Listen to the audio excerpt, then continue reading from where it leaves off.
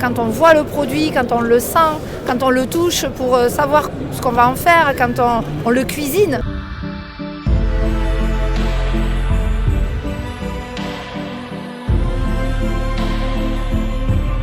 Racine Essiade 2026. Cher Valérie, je suis ravi parce que finalement, des quais de Seine au quai finalement du grand rôle 1 du SIA International, il n'y avait qu'un pas. Je suis ravi de te retrouver ici. Double affichage avec l'Académie culinaire de France, bien évidemment, dernièrement intronisé.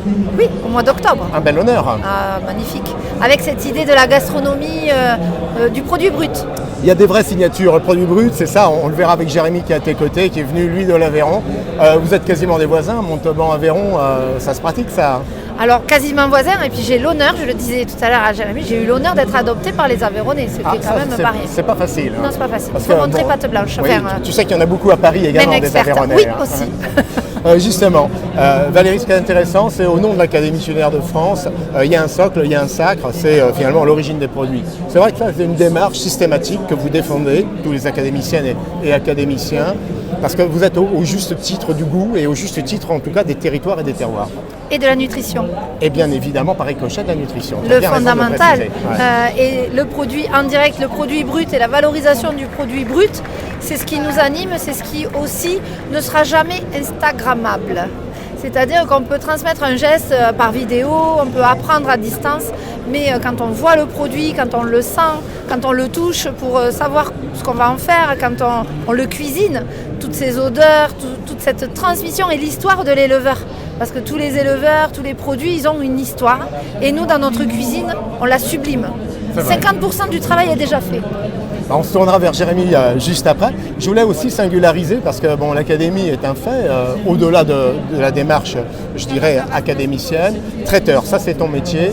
Et c'est vrai qu'il est d'une double exigence, parce que non seulement il faut faire plaisir dans l'assiette, mais alors, j'allais dire, c'est un bon cirque professionnel, parce qu'on ne sait jamais comment vous vous organisez, mais ce que l'on sait, c'est qu'à chaque fois, la cérémonie est magnifique. C'est un métier singulier quand même, traiteur. C'est un métier singulier, c'est comme une pièce de théâtre. Oui. Tous les jours, les mêmes ingrédients, les mêmes équipes, mais un résultat final unique, parce qu'on doit s'adapter aux clients, on doit s'adapter au lieu. Et c'est cette magie, cette effervescence. Et quand on est sûr de notre produit, quand on sait comment il va vivre, quand on a un produit brut de qualité, et bien à la fin, on va avoir la portion que l'on a imaginée. Et ça, chez les traiteurs, organisateurs de réception, c'est indispensable. Si on finit notre cuisson et qu'il nous manque la moitié du volume, parce que le produit a réduit, il y a la moitié des personnes dans la salle qui ne vont pas pouvoir déguster, ça pose un problème. On aime bien quand tu évoques la réduction à la cuisson. Je vais me tourner vers Jérémy un instant, Valérie, parce que j'avais le sentiment que les mots de Valérie pourraient être les tiens, mon cher Jérémy. J'étais exactement en train de penser ça, oui. Tu sévis à Savignac, au bon sens du terme, un beau cheptel de Charolais, avec ta conjointe et puis les chèvres également, puisque vous avez un double élevage. C'est ça. On vit aujourd'hui en tant que jeune éleveur, c'est un métier encore d'avenir, on dort serein le soir. On dort serein, des fois oui, des fois pas du tout. Mais un métier d'avenir, forcément. Mais de toute façon, on ne le ferait pas si on n'y croyait pas. Oui. Il faut défendre la filière parce que j'allais dire, c'est pour ça que je vous voulais l'un à côté de l'autre, parce qu'entre un éleveur et puis finalement la gastronomie, il y a tout un ensemble de métiers pour que finalement la justesse d'une assiette réponde à la qualité du champ. Oui, et puis encore une fois, l'introduction de Valérie peut s'ajuster à nos exploitations. Quand je l'entends parler de gestes, de regarder, de sentir, de toucher, finalement, ce qui s'adapte à notre produit, entre guillemets, s'adapte à nos animaux vivants chez nous. Justement, parce qu'il faut un temps d'élevage, c'est un peu comme le temps de la cérémonie. Tu accueilles aujourd'hui qui des chefs, des acheteurs, ils viennent au champ pour, j'allais dire, visiter, voir les bêtes, voir l'éleveur, échanger en tout cas d'un quotidien lié à l'alimentation, lié à la gestion finalement des animaux. Alors ça ne se fait pas encore, mais c'est avec le plus grand plaisir bien évidemment. Oui. Ouais, on sent qu'il y a un besoin d'histoire quand même, parce qu'une assiette, elle chante, mais elle raconte. Elle raconte, et puis comme le disait Valérie, nous on ne fait que 50% du boulot. Tous les métiers de bouche derrière nous ont la capacité soit de détruire, soit de sublimer tout notre travail. Aujourd'hui, un salon d'agriculture où il n'y a pas de bovins, on vient en tant qu'éleveur à Véronnais. Pourquoi expliquer un métier, convaincre qu'il faut toujours, acheter avec un sourcing identifié, de qualité. C'est ça le message qui doit être passé? C'est celui-là, et puis le message qu'on porte aujourd'hui et qu'on porte surtout nous tout au long de l'année, soit à la confrérie, soit au bœuf de Pâques, c'est que mais je pense qu'il est grand temps, on en a déjà discuté, Eric, qu'on se fasse confiance. C'est-à-dire que si le consommateur, si les chefs, si les restaurateurs, si les bouchers veulent du produit de qualité, en quantité suffisante, on est capable de le faire. Par contre, faites-nous confiance sur notre métier comme on fait confiance sur le vôtre. Valérie, pour terminer, on le voit bien, Jérémy, pareil, il a utilisé des mots que tu aurais pu dire, faire confiance. Bah oui, quand on vient à manger, on va faire confiance. C'est vrai qu'on ne pose pas toujours la question de la provenance, on va manger une viande. S'il vous plaît, elle vient d'où? On va la manger. Alors, il y a des gens plus curieux comme moi où je demande systématiquement, mais c'est important d'identifier finalement, de sourcer, de valoriser l'amont.